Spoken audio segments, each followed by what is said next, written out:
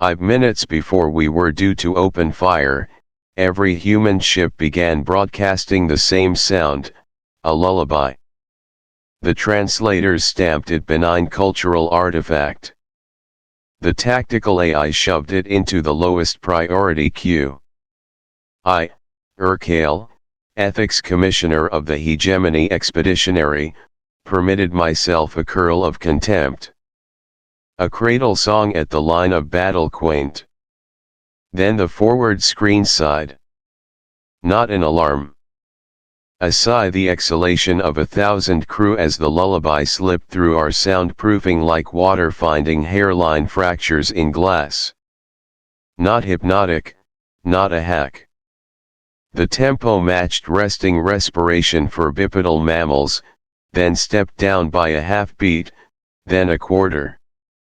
Our crews did not slump, they micro-rested in place. Blink long dozes. Reflexes softened. A turret's tracking lagged, a helm hand overshot a vector, a medic's glove hovered a moment too long above a vial. Layer by layer, watch teams rippled into unscheduled drowsiness. Filter it, I ordered. We are, said signals. Filtering increases the effect.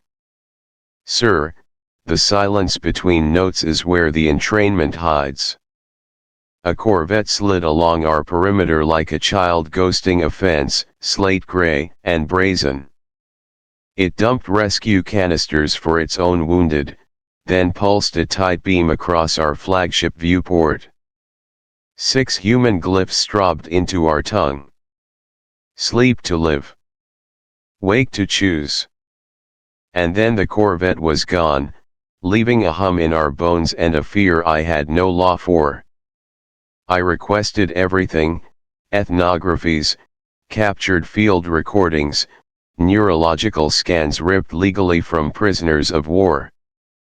My office filled with ghost mothers and dead languages, lullabies from caves and nurseries and the backs of refugee trucks. Humans had sung to stones, to storms, to the idea of tomorrow. They sang to regulate infants' breathing. They sang to the dying so their last breath would not be alone. Hegemony Code 14.3 forbids effective manipulation in combat. Don't weaponize grief or love. The prosecution brief wrote itself until I watched the Barnard's Cradle incident from 3 angles and listened with my hands. The lullaby there did not sedate. It organized. Verse A, every crewman inhaled. Verse B, every crewman exhaled. The bridge chatter fell into call and response, damaged teams moved like a school of fish around a knife. In microseconds carved by rests, their gunners took impossible shots because their nervous systems hit the same beat. The song wasn't a spell. It was a clock. Our doctrine treats fatigue as attrition. Their doctrine treated sleep as ammunition. They had built an architecture of care into war. I asked MedOps to overlay heart rate telemetry from our boarding actions. In 3 engagements where the lullaby bled through, our soldiers' vagal tones spiked, then oscillated. Not incapacitation, mistiming. We were always a half-breath off. We weren't losing to melody. We were losing to tempo. Buried in other files was a name, Quirnet. Not a weapon and orchestration lattice, open source among their colonies, half art project, half logistics daemon. It tracked circadian debt, root hazard, oxygen mix, infant feeding schedules. It translated need into rhythm. It sent lullabies when the math said rest would save more lives than another volley. It pushed marching songs when velocity beat safety. It braided signal with meaning until the war-fighting brain obeyed without noticing. I flagged code 14.3 again. My aide, Sketh, clicked his mandibles. They are turning tenderness into doctrine. Yes, I said, staring at a waveform that looked like a coastline. Or maybe revealing it always was. In private, I tried humming along. The rhythm took my breath, then returned it warmer. A memory startled me, my creche mother's metronome, the sterile tick we used instead of touch. On the file, a human soothed a restless infant. Hush now, little star. On my ship, a gunner blinked away a yawn just late enough that a rescue skiff slipped past a kill box. Law is a skeleton. Culture is a nervous system. I felt one, and for the first time in centuries of righteous conquest, wondered if we were bone without breath.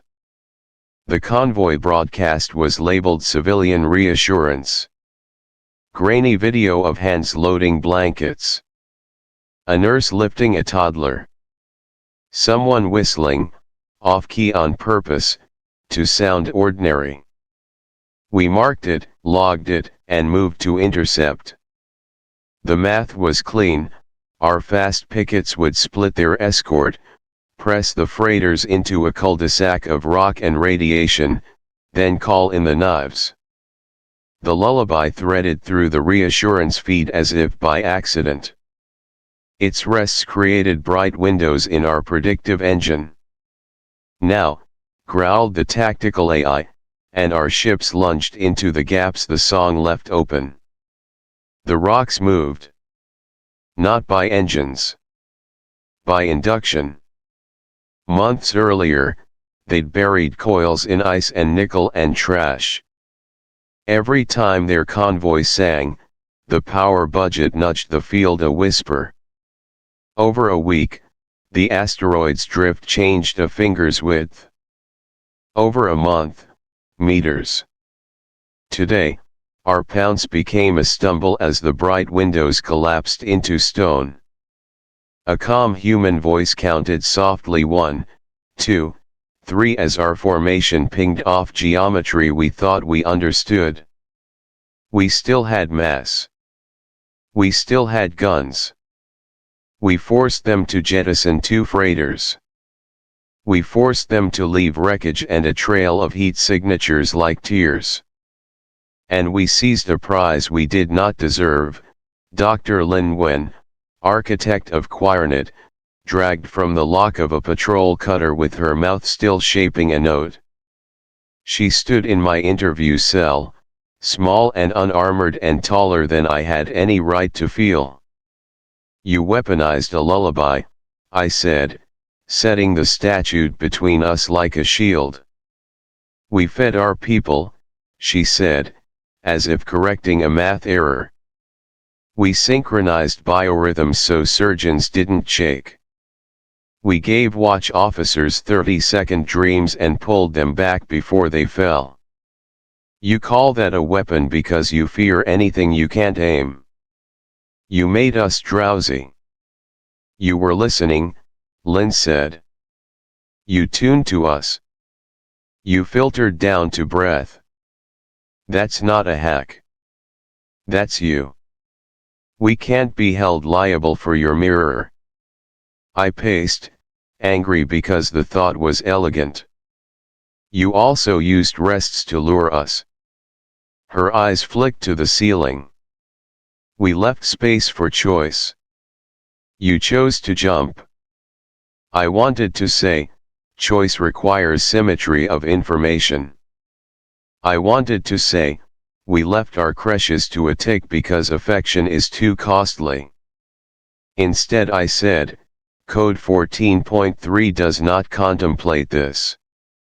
Your code was written by people who sleep alone, Lynn murmured, almost kind.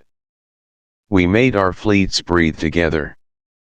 She described Quirenet as if she were talking about a relative, how it began as a choir director's dream to keep choirs singing across lag and loss, how disaster responders added vital signs, how miners added work songs, how a grandmother in Da Nang uploaded a lullaby that made dock workers cry on Ganymede. It's not mind control, Lynn said. It's a metronome for mercy. Mercy does not block a firing solution. Mercy saves hands that could have pulled a trigger, she replied.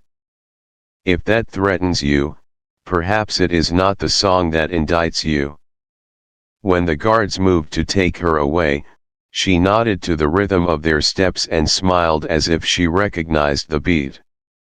I asked for a quiet room and the liberty to break protocol.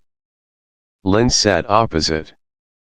Between us, a recorder, 2 cups of water, the thin polite air of enemies who suspect they might one day speak as colleagues. I read her the clauses, protections for shrines and hospitals, proscriptions against terror, the handful of rules that try to civilize slaughter. I underlined the line about affect. The hegemony believes certain forces are too sacred or volatile for war. Fear. Grief. Love. Your broadcast isn't an emotion, she cut in. It's structure. Structure can be a Trojan horse, I said. You braided care with command. A lullaby that also carries a vector. A prayer that also hides a map. Where is the line between culture and camouflage? Where is the line between order and anesthesia? Lynn's voice softened. How many of your soldiers haven't slept a full night this month? How many of your captains drink noise to drown their thoughts? You industrialized wakefulness, Commissioner. We industrialized rest. I remembered the creche. Our hearts trained to a metronome tick because touch would have been inefficient. My people had burned lullabies out of ourselves by calling them regression. We had replaced mothers with a murmur of clocks. We did not weep, we vented pressure.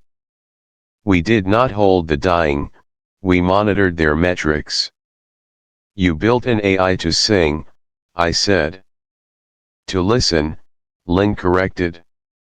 Choir can hold a beat, yes. But mostly it hears. It hears when burnout is coming and hums the team toward a break before a hand shakes, before a voice snaps. You keep asking if we weaponize tenderness. I think you don't know what tenderness is. What is it, then? The willingness to be synchronized to someone else's breath even when it makes you vulnerable, she said simply. It is a weakness that becomes a shield. I leaned back, uncomfortable because the room felt warmer. If we silence your network, we'll sing, Lynn said. No bravado. Just fact. You can jam electronics, Commissioner. You cannot jam throats. Then we will outlaw it, I said, too quickly. Her laugh was small. You think law can make a grandmother hush? I sent her back to cell B12 and asked Sketh to bring me sleep crime statistics from our garrisons. It was a perverse query. He did it anyway. The numbers were bad. We were very efficient at keeping soldiers awake and very bad at keeping them human. I stared until the glyphs blurred and the room swayed to the ghost of a song I didn't know. On the way to my quarters I passed a maintenance crew. One hummed under his breath. The others slowed to match without noticing. In the glass of a dead console I saw our reflections align, strangers breathing for a bar in time. It broke me more than any defeat. They came for the chorus station at dusk cycle, when most of our prisoners would be at their lowest, when most of their civilians would be home. The station hung over the colony like a lantern, distributing tempo, nap windows, surgery slots, convoy sprints, bedtime stories. Our task force's weapon was called a phase scourer. It spat jitter across every spectrum we could touch. Heart monitors went to snow. Work song streams cut to static. Babies arched and wailed, then slept badly and all at once. On the ground, panic doesn't look like screaming. It looks like hands missing, feet misstepping. A mother leaves too soon. A triage nurse stays too long. The city's choreography came apart, and with it the city's spine.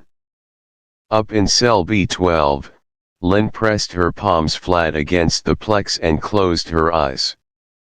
The hum in the station dropped to nothing. Even the ventilation seemed to hold its breath.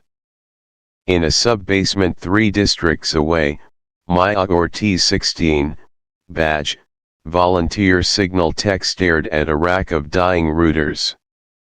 Quirinet's maps had just become a white void. Her grandmother's voice lived on a cracked old tablet in a drawer, a recording from a kitchen with birds outside. Maya dug it out, wired it into a half-dead amp, and hit play. It was not perfect. It was not even on key. The mic picked up pots, an old clock, a cough. But the melody was human. It carried a hand-stitched tempo that did not require electricity. Maya rooted it into street speakers, into school intercoms, into the long tinny scream of the city's air raid sirens.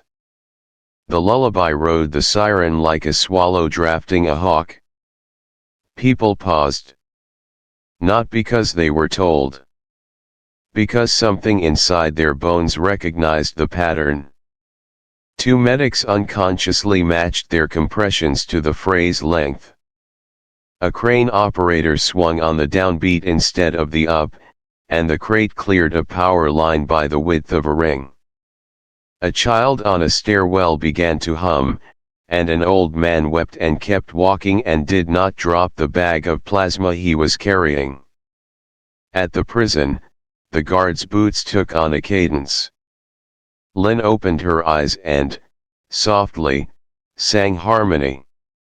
It spread like spice in water, invisible but everywhere, not loud enough to trip an alarm. Just enough to align. We countered. We deployed silencers zones that ate sound. Maya's streets went mute. She banged a wrench on a pipe and felt nothing in her teeth.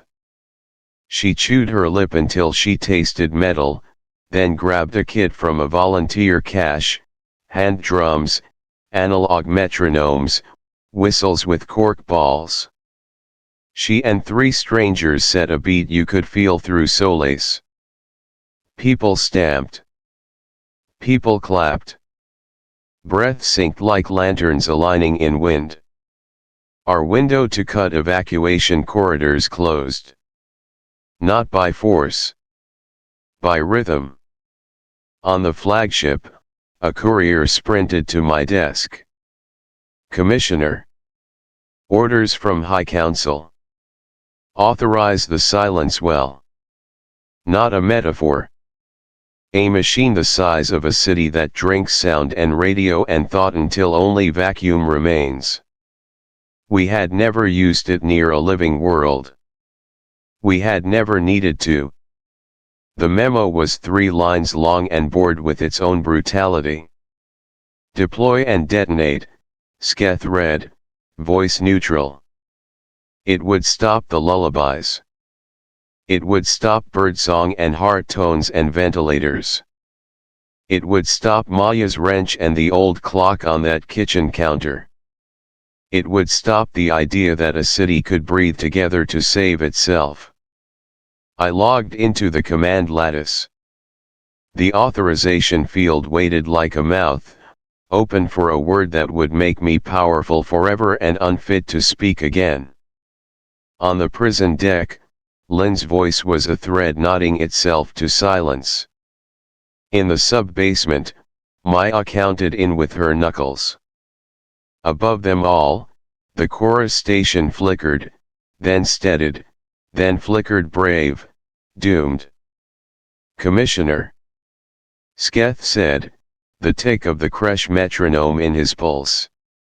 I placed my hand over the field and felt the ship's hum, and beneath it the ghost of an impossible choice. The authorization field waited like a throat. "Commissioner," Sketh prompted. Admiral Threx solved the dilemma for me. His seal overrode mine, a stamp of iron on the lattice. The silence well unfolded above the colony like a black flower and drank. Sirens died mid-wail. Hospital monitors flatlined not the people, the machines. Windows stopped rattling. Even the ship's hum recessed in my bones as if embarrassed to exist. Sound did not vanish all at once. It went granular. Footsteps became dust. Shouts became shape. Then the air gave up and nothing moved except light. "We have visual only," signals said. "All bands below infrared are soup." On the ground, mouths opened.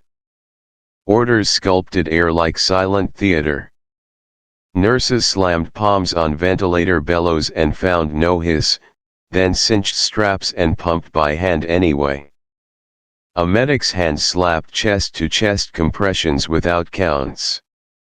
The count moved to eyes. Fingers. And then something I will never forget. The city began to pulse. Not with sound. With motion. With light. Windows blinked in time 5 long, 1 short, 5 long the rhythm of their lullaby translated into semaphore. People stepped together, stamping heels until the pavement trembled. You felt it through your boots, a bass line conducted by concrete. Lines of teenagers dragged trash cans into grids and hammered lids with wooden spoons. Not noise pressure. It rose through structural steel and into the solace of survivors. It found sternums and took root. A drummer strapped a barrel to his chest and beat so the vibrations tunneled into his own ribs and out again, a man-made subwoofer powered by breath and wool. In a sub-basement, Maya Ortiz rewired a bicycle to a bellows, turned legs into ventilation. She taped a pocket metronome to the ICU door spring-driven, no circuits, and set it ticking against a pane of glass so the ICU team could see the beat. A cardiologist pressed a stethoscope to a child's chest and nodded in time with the blink of a lantern. No one heard the song. Everyone obeyed it. We rolled the well to full. Trees froze, leaves slack in wind that no longer happened. Birds tumbled, wings beating silence like prayer flags. An overpass cracked no sound and fell like a dead eyelid. Our doctrine said, remove the medium of coordination and resistance collapses.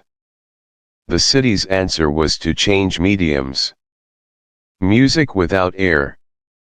Choir without microphones. Law without a voice. Commissioner, Sketh said, tiny in the black flower's shadow. Collateral rising. We can stop this by stepping on their hospitals, Threx snapped over command wide. The sooner they break, the fewer die. The lens showed me a ward lit by headlamps. A nurse touched another's shoulder, twice rest, twice rest. They traded the ambu bag like a relay baton according to a pattern grandmother simple. In the prison, Lynn pressed her palm to plex, eyes closed, throat moving. Silent. Irrelevant. Unstoppable. I requested a drop shuttle to the periphery, filed as ethics observation. Threx granted it, contemptuous. Watch your pet humans learn physics. The shuttle kissed rock outside the well's edge. The boundary was visible if you knew how to look, dust that didn't drip this side, dust that did on mine. I stood between air that carried sound and air that had forgotten. I tapped my wrist against my breastbone, an old creche habit tick, tick, tick. The tick under my fingers stumbled, then found a second beat beyond the black flower's rim. My body wanted to align. I realized then what we had underestimated. We thought music was decoration, then weapon. For them it was infrastructure. We thought care was a private indulgence. For them it was logistics. We thought silence would erase them. It had only made their outline clearer. Over the link, High Council pinged our lattice for a progress report. Threx's reply was numbers. Mine was a picture, the city's whole spine glowing in time. I sent it with a note I knew would be ignored. Recommendation: see swell, effects disproportionate to lawful objective. The cursor blinked for a long while in a world without noise. We learned the hard way that you can't gag a civilization, you can only change the language it uses. Humans switched to optics and touch as if they had trained for it, and maybe they had, in 1,000 blackouts and basements. Lynn stole her way onto a maintenance cam inside the prison. No audio, just grayscale. She stared down the lens and held up a slate. The words were blocky, childlike. We will go quiet if you stop hitting hospitals. No rhetoric. A trade. She flipped the slate, a sketch of a hand making the sign for wait. Then another message. Watch with your eyes. She pointed the camera toward the infirmary inside the block. The silence well made it ritual. No beeps, no chatter. A ventilator bag passing hand to hand in a chain like bread at a table. A guard poetically useless, then useful, joining the rhythm because a man with a baton can also squeeze air. The camera held on a boy who watched a nurse's lips as if reading a lighthouse and matched his breathing to hers. On the bottom of the frame, Lynn wrote, "This is our ceasefire." Threx called it manipulation. Council called it extortion. The fleet called it something quiet. Screens filled with fingers tapping in time on rails, with headlights flashed in phrases, with entire neighborhoods blinking porch lights like constellations speaking to ships. A teacher on the East Ridge moved 1,000 people through rubble with flags, not orders, each wave an eighth note. Maya and her crew mapped those waves onto paper. Paper. She ran between intersections making marks with a carpenter's pencil as if drawing a song into the streets. The map wasn't art, it was an airway. We escalated along our brittle ladder. Kinetics. Precision burns. Every hit produced more coordination. We amputated their electronics. They grew nerves. I requested a narrow channel to speak to Lynn. Threx refused. I took an unauthorized one, a survey scope aimed at the prison window, Morse by shutter. Ethics has no guns, but it has stubbornness. What do you want? I blinked. She shaded the glass with her hand, blinked back, a rule you can keep. What rule? A long pause. Then, no fire during care. Songs count as care. Outrageable. Impractical. Beautiful. The old part of me reached for ridicule. The honest part did the math. You gain nothing by shelling an ICU except colder ghosts. I pushed the suggestion up scope with a split screen, her slate, my count of ventilated lives supported by bicycle legs.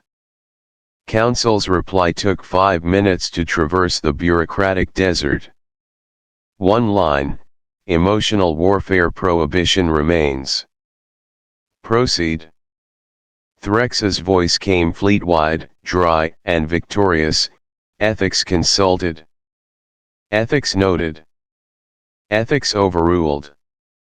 The city, which could not hear him, answered with the only language left, a drop in panic. People moved in measures, not mobs. Outlying wards survived. Our own ground troops reported something we don't train for. They felt less likely to shoot by accident when the world had a beat. They're manipulating us, Threx hissed. They're regulating themselves, I said, and muted my mic. When law refuses to evolve, practice bends it. I carved a circle on the map with the tools ethics gives you: boring ones, audits, compliance checks, the right to suspend an operation if a treaty violation is probable. I declared a protected evaluation bubble around 3 hospitals and the prison block. No ordnance, no jammers, no advances unless fired upon. We called it a compliance hold. Everyone else called it my career. Within 3 minutes, metrics fell like rain after drought. Triage stabilized. Egress corridors unclogged. Our own wounded stopped bleeding to death because medevacs could land without contested air. Quirnet was still dead, but Quire the human one took over. Nurses set tempos with wrists. Teenagers banged cadences into scaffolding. A priest flashed a lantern 3 times to call a stretcher team. It wasn't sentimental. It was effective. The fleet chat lit like dry grass. Some jeered, Kale's lullaby leash. Some asked for bubble copies. Ground captains started drawing their own circles and daring their superiors to erase them. Sketh stood beside me, mandibles tightened to ache. This won't hold. It doesn't need to, I said. It needs to be seen. Council saw. The charges arrived in a neat stack: insubordination, unauthorized de-escalation, fraternization by optical code. They could not accuse me of treason, I had saved our lives. So they accused me of something worse in an empire built on sleep deprivation, softness. Down in B12, Lynn watched me through the camera's flat eye and lifted something small to the glass, a battered pitch pipe, brass worn to a thumbprint. No circuits. No network. She pressed its mouth to the plex and exhaled. The well swallowed the tone, but I could see it in the way her throat moved, the way her ribcage widened, the way her eyes softened on the downbeat. She held up a card. Key. Not to control. To start. Another, IT works because everyone agrees to listen. Even enemies. She mimed handing it through. Obviously impossible. The guard, tired, curious, asked the oldest question in every war: what harm can it do? He slid the pipe through the meal slot. It was heavier than it looked. It smelled like human hands and oil and long pocket years. Along its side someone had etched 6 little notches. A motif, not a code. A way to find the same note after chaos. Use it to stop us, Lin wrote. Or use it to start something else. Sketh stared at the pipe as if it were a blade. You can end this by breaking it. I can end many things by breaking many things, I said. I have been ending things my whole life. He did not answer. We stood together in the soft mechanical night and listened to nothing. I lifted the pipe and, for the first time in centuries, put a human instrument to an alien mouth. I did not blow. I breathed and returned the breath. They called it a tribunal, but it felt like a theater. Counselors in a horseshoe. Me at the bright point of the curve. Threx, immaculate, weaponized disdain. Lin on a remote screen from the prison infirmary, no audio allowed. The city outside still moved in time, because once a song finds a spine it takes a long while to stop. The prosecutor's opening was crisp. I had delayed victory, undermined command authority, allowed enemy influence into our lattice. He read Code 14.3 as if it could nail shut a world. He asked the question the Empire always asks, if everyone did as I did, what then? I answered with numbers. Casualties inside the bubble versus out. Friendly fire incidents outside the bubble versus none inside. Evacuation velocity doubled when tempo was present, regardless of faction. He hated the math. He loved calling me sentimental. So I gave him philosophy. The hegemony bans emotional weapons because we know they work, I said. But we trained ourselves to believe that only fear counts. Humans taught me that tenderness scales. It can synchronize a city faster than terror ever will. We can outlaw lullabies and die by 1,000 efficient cuts, or we can recognize the obvious, care is as real a logistics as fuel. To strike a ward in the moment of care is not victory. It is vandalism against the future. A murmur moved the room, the kind that happens even in chambers built to mute. Threx rolled his eyes. You smuggled pathos under prose. The law is clear. They used culture to manipulate battle space. They used culture to survive, I said. We used law to excuse laziness. Our doctrines failed. Theirs worked. If you must have a rule, write one we can keep: no fire during care. Recognize designated care tempo signals visual if you fear sound. Give quarter to songs that bind hands to saving. If you can't do it because it's right, do it because it saves your soldiers' souls from crushing themselves for nothing. The council retired because power always prefers private rooms.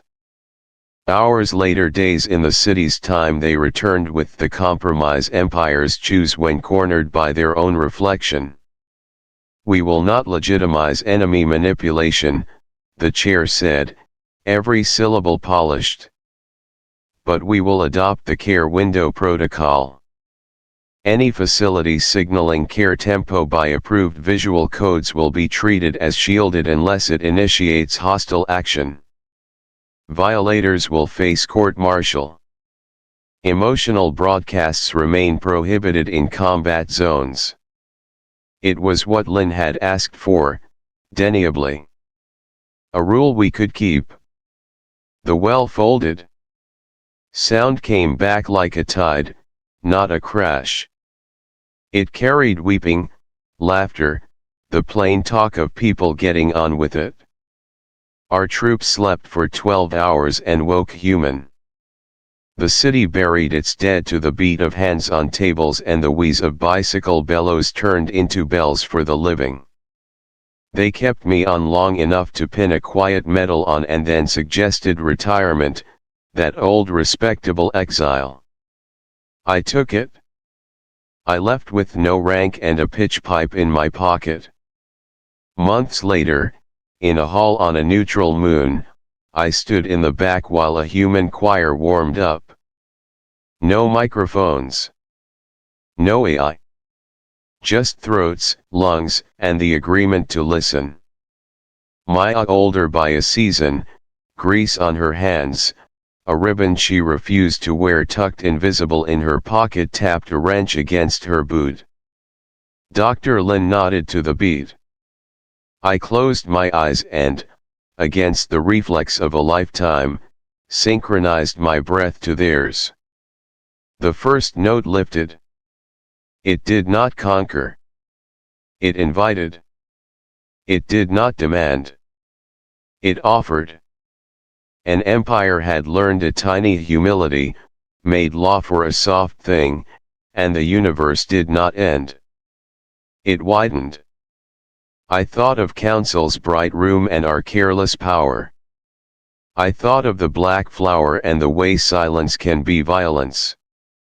I thought of the old metronome in the creche and how lonely it sounded now, without a hand. We write protocols because we fear chaos. We keep the ones we can hum. When people ask what humanity taught me, I do not talk about bombs disguised as escape pods or rocks that move on lullabies. I tell them this: our deadliest assumption was that a heart is not an instrument. We were wrong. It is the oldest instrument in the galaxy. And when they play it together, you will either learn the part or stand there, efficient and armed, while the future moves in time without you.